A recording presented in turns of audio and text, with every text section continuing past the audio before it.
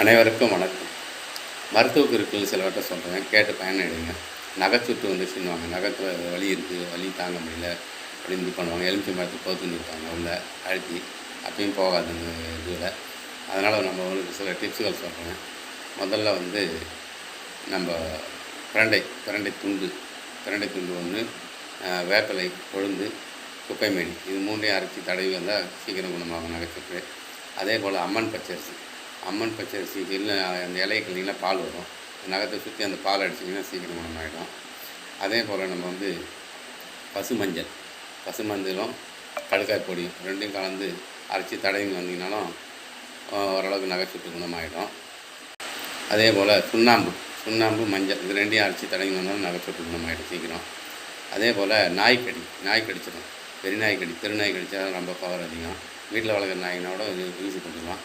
தெருநாய் கடிச்சிதுன்னா first எய்டாக என்னென்ன செய்யணும்னு சொல்கிறேன். மணத்தக்காளி கீரை நல்லா அரைச்சி கடித்து எடுத்து வாய் கடியில் நல்லா பூசுங்க. உள்ளுக்கும் சமைச்சு சாப்பிடுங்க, சீக்கிரம் குணமாகும். அதே போல் வெங்காயச்சாறு அந்த இடத்துல விட்டு நல்லா கழுவுங்க, சரியாயிடும். அதே போல் சுத்தமான சுண்ணாம்பு, வெள்ளை எருக்கன் அது ரெண்டையும் பால் அரைச்சி கடிவாயில் ஊற்றி கழுவுங்க, சரியாயிடும்.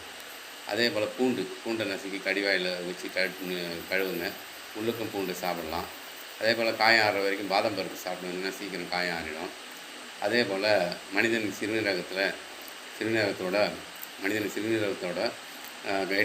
எட்டிக்காய் அரைச்சி ஒரு டம்ளர் தண்ணி அளவுக்கு ஊற்றி அந்த கடிவாயில் கழுவினா சீக்கிரம் காயம் ஆறிவிடும்.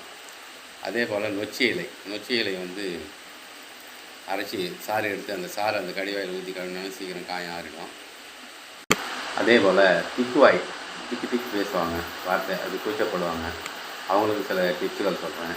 நம்ம வசம்பு அனலில் காட்டி சாம்பல் ஆக்கி அந்த சாம்பலை எடுத்து தேன் கலந்து சாப்பிட்டே வந்தீங்கன்னா திக்குவாய் குணமாகும்.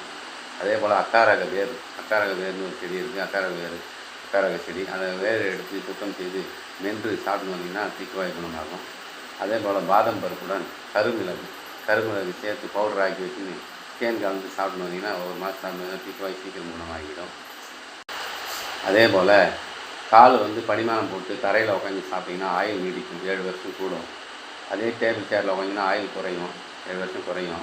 படிமானமாக சப்பரமல் போட்டு உட்காரவான்னு சொன்னோம்னா சப்பரமாக தரையில் போட்டு உட்காந்து சாப்பிட்ணும். அதே போல் காலை மாலை 2 வேளை பல் வளைக்கினாலும் மாரடைப்பு வராது. காலை மாலை 2 வேளையும் மலம் கழிக்க வேண்டும். இதெல்லாம் செய்திங்கன்னா ஒரு ஜென்ரல் நாலேஜ். இது மாதிரி பண்ணிங்கன்னா ஆயில் கூடும், மாரடைப்பு வர வாய்ப்பு கம்மி. நம்ம சேனலை வந்து சப்ஸ்கிரைப் பண்ணுங்கள், லைக் பண்ணுங்கள். இன்னும் சில மருத்துவ குறிப்புகளோடு உங்களை சந்திக்கிறேன். நன்றி, வணக்கம்.